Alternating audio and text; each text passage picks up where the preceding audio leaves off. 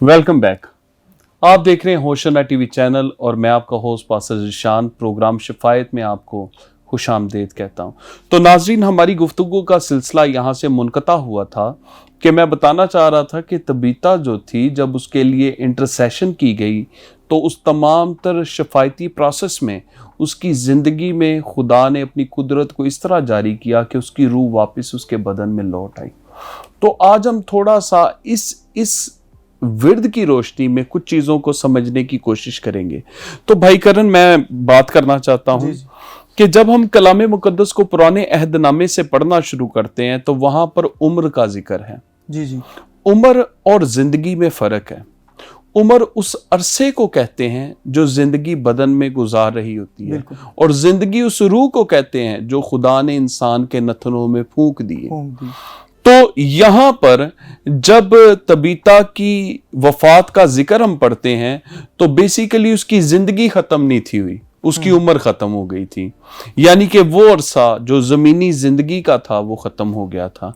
और जब यहाँ पर हम देखते हैं तो लोग जो थे उस अरसे की वजह से जो उनके दरमियान, अब जैसे कि मैं आपको बताना चाहता हूं कि हमारी जो जिंदगी है ये हमारे पैदा होने से लेके हमारे मरने तक हमारे बदन में मौजूद होती है, और जब हम मरते हैं तो ये हमारे बदन से जुदा हो जाती है। और अगर ईमानदार की रूह है तो ये रूहों के आराम वाली जगह पे चली जाएगी, और अगर किसी गैर ईमानदार की रूह है तो ये आलमे अरवा के अजाब में चली जाएगी, जैसा कि गरीब लाजर और अमीर शख्स के बारे में हमने कलाम मुकद्दस में पढ़ा हुआ है। इस हवाले में हमें एक चीज बखूबी तौर पे मिलती है कि क्योंकि वो एक ईमानदार खातून थी, अगर वो मर गई थी तो उसके लिए आगे जाके कोई मुश्किल वाली जगह नहीं थी। वो रूहों के आराम की जगह, जिसे बाइबल मुकद्दस में फिरदौस कहा जाता है, वहां पर उसकी रूह थी।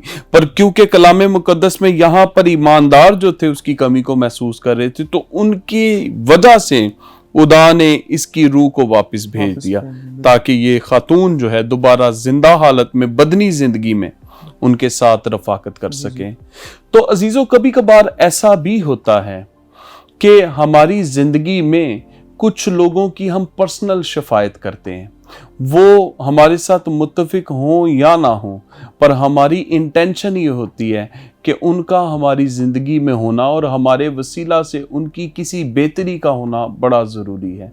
और यहाँ पर तबीता के चले जाने के बाद उसकी बॉडी का कनेक्शन उन तमाम लोगों के साथ जो कि उसके इर्द गिर्द आहो नाला कर रहे थे कट हो गया था, क्योंकि बदन में रूह तो मौजूद ही नहीं थी। जब बदन में रूह मौजूद नहीं थी तो फिर बदन तो मुर्दा हालत में था, पर उनकी जो इमोशनल अटैचमेंट उसके साथ थी और वो तमाम तर यादें जो उसकी शख्सी जिंदगी के साथ जुड़ी हुई थी, उनकी वजह से वो चाहते थे कि वो टाइम जो उसने फिजिकल वर्ल्ड में गुजारा है वो टाइम उसको दोबारा मिल जाए। और इंटरसेशन के वसीला से खुदा ने वो टाइम उसको दोबारा दिया। तो इंटरसेशन का मॉरल ऑफ द स्टोरी, इस स्टोरी से हमें ये पता चलता है कि ना सिर्फ बीमार शिफा पाते हैं, जो होते हैं डिसेबिलिटी में होते हैं उनके अज़ाब पूरे हो जाते हैं, बल्कि कलाम मुकद्दस में वो लोग जो मर गए हैं बदनी तौर पे वो जिंदा भी हो जाते हैं। तो आपने एक खूबसूरत हवाला चुना करण, और बड़ी बरकत मिल रही है। आप इसके बारे में मजीद कुछ शेयर करना चाहेंगे? जी, मैं बताना चाहता हूँ जिंदगी के बारे में। जिस तरह आपने बात की, अक्सर हम देखते हैं कि लोग यहाँ पे मेरी करते हैं। तो हम देखते हैं कि एक शख्स है, अगर वो अचानक रोड पर गिरता है या उसका एक्सीडेंट होता है, तो वो शख्स का अगर नाम जो है, वो मिसाल लेते हैं कि उसका नाम करण है, तो वो जब गिरता है तो उसका धड़ जो है वो उसके सर से अलग हो जाता है, तो उसका खून जो है वो बह जाता है। तो लोग वहां से गुजरते हैं तो कहते हैं कि ये करण की लाश है। तो करण किधर गया फिर? करण असल में वो जिंदगी है, वो रूह है जो खुदा ने उसके अंदर डाली है, और उसे कोई भी करण नहीं कहेगा, बल्कि कहा जाएगा ये करण की लाश है, ये करण का बदन है। तो फिर असल वाला करण जो है वो किधर चला गया? वो खुदावंद के पास है। और यहाँ पर खुदावंद यीशु मसीह इस बात को साबित करते हैं कि आलमे अरवा की कुंजियां मेरे पास हैं। और जब पतरस शफायत करता है तो उसी दम उस बहन की रूह जो है वो वापस उसके अंदर लौट आती है, क्योंकि वो खुदावंद के पास है, उसके कब्जा में है, और वो जो चाहता है वो करता है। Praise God, praise God. बड़ी दिलचस्प गुफ्तगू हमारी चल रही है और हम इसी तरह मज़ीद नाज़रीन आगे बढ़ेंगे और मैं आपको बताना चाहूँगा कि ज़िंदगी के मुतल्लक जो लाज़िमुल मलज़ूम बातें हैं वो खुदा के कलाम जो कि खुदा का मास्टर डॉक्यूमेंट है बाइबल मुक़द्दस में मौजूद हैं और यहाँ पर हमें ज़िंदगी के बारे में इस्लाह मिलती है, तामीर व तरक्की की बातें मिलती हैं।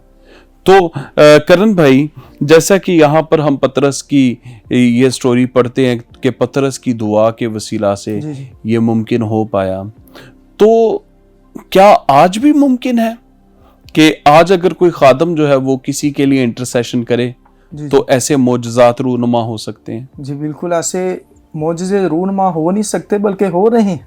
हम अक्सर जगहों पर देखते हैं, अगर हम YouTube पर देखना चाहें तो बेशुमार ऐसे खादम हमें मिलते हैं जो खुदा के साथ इस कदर वफ़ादार हैं, जो खुदा के साथ इस तरह लिंक रखते हैं कि वो जो भी चाहते हैं खुदा उन्हें देता है। और यही नहीं, और शागिर्दों ने भी मोजज़ात किए।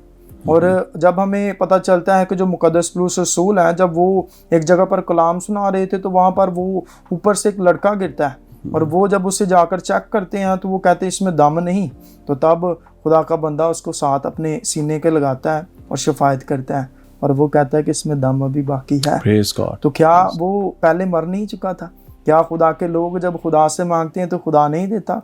बेशक खुदा हाथ बढ़ाता है और वो अपने लोगों की सुनता है, लेकिन ज़रूरत यह है कि आज हम अपनी ज़िंदगियों पर गौर करें कि हम कैसे शफायत करने वाले हैं।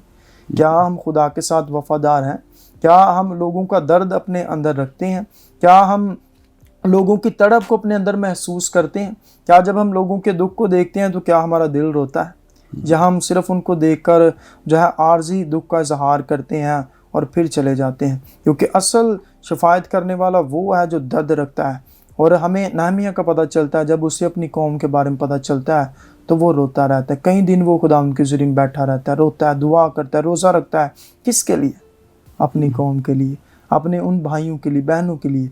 आज ज़रूरत ये है कि हमारे मसीही बेटे बेटियां जो तबाही और बर्बादी की तरफ जा रही हैं, हम शफायत करने वाले क्या कर रहे हैं? हम सो रहे हैं। हम ज़ाहिरी तौर पर दिखा रहे हैं कि हम जाग रहे हैं, हम शफायत कर रहे हैं, लेकिन अंदरूनी तौर पर हम सो चुके हैं। इब्लीस ने हमें इस तरह से उलझा दिया है कि हम ज़ाहिरी तौर पर तो एक शफायत करने वाला नज़र आ रहे हैं लेकिन कर नहीं रहे। अगर हम शफायत करें तो क्या हमारे बेटियां, हमारे बेटे, हमारे भाई जो आज तबाही और बर्बादी की तरफ जा रहे हैं, क्या वो वापस ना लौटें? क्योंकि लिखा है कि उठ रात के पहरों मिन्नत और फरियाद कर उन बेटों के लिए जो गली में भूखे मारे पड़े हुए हैं। आज हमारे कितने बेटे जो हैं वो तबाही और बर्बादी की तरफ जा रहे हैं। ये एक शफायत करने वाले की ज़िम्मेदारी है कि वो रातों को उठकर दुआ करे अपनी कौम के लिए, अपने लोगों के लिए, अपने अजीज़ों के लिए। लेकिन आज हम सो रहे हैं, हमें कोई पता नहीं कि हमें क्या करना। हम फर्जी उठते हैं, दुआ करते हैं, चर्च जाते हैं, सब कुछ दिखाते हैं कि हम बड़े ही नेक नाम लोग हैं, जिस तरह बिल्कुल फ़की फरीसी थे। और खुदाम यीशु मसीह ने उनके लिए बड़े सख्त अल्फाज कहे। उन्होंने कहा कि तुम सफ़ेदी फिरी हुई कब्रों की मानद हो, यानी ऊपर से हम बड़ी चमक दमक दिखा रहे हैं लेकिन अंदर से हम खोखले हैं और हमारे अंदर कुछ नहीं। प्रेज़ गॉड, हमें बड़ी इस्लाह की ज़रूरत है। खुदावंद की तारीफ़ हो कि खुदावंद आज भी हम पर अपना फजल रखता है इन तमाम तर कमियों के बावजूद। तो अजीज़ों, आज के प्रोग्राम में हमने एक मरतबा फिर खुदा के कलाम की रोशनी में देखा कि खुदा का कलाम जो बहुत से मोजज़ात से भरा हुआ है, शफायत के वसीला से एक और मोजज़े को आपके सामने पेश किया गया।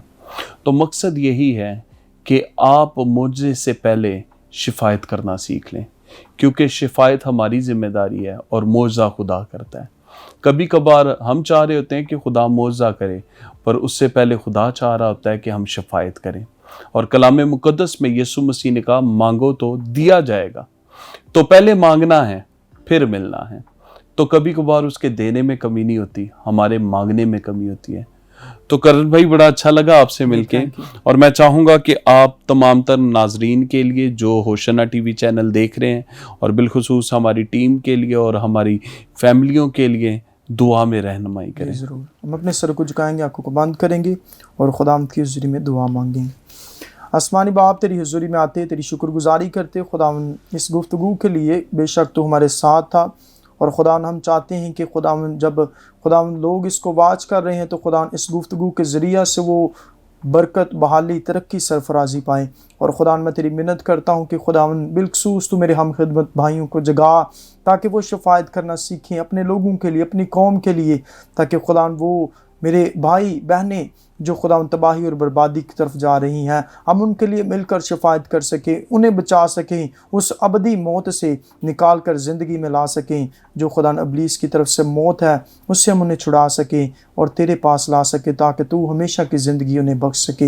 اے مالک، اسی طرح منت کرتے ہیں ہوشنا ٹی وی ٹیم کے لیے، خداوند ان سب پر تیری برکت رہی، اور خداوند جو خداوند اس کے عہدے دران ہیں، خداوند سب پر تیری برکت، تیری سلامتی چاہتے ہیں تاکہ وہ سب جو تیری خدمت گزاری کا بوجھ رکھتے ہیں خداوند تیرے نام سے وہ برکت پائیں، اور اس بوجھ کو خداوند جو تو نے ان پر خداوند رکھا ہے اس کو پوری دیانتداری وفاداری کے ساتھ پورا کریں اور اسے اٹھائیں، اور خداوند اپنے کام کو پورا کر کے تیرے نام کو جلال دیں، یسوع کے نام میں آمین۔ تو ناظرین، آپ دیکھ رہے تھے ہوشنا ٹی وی چینل اور پروگرام شفایت میں ہم آپ سے اجازت چاہیں گے۔ خداوند آپ کو برکت دے۔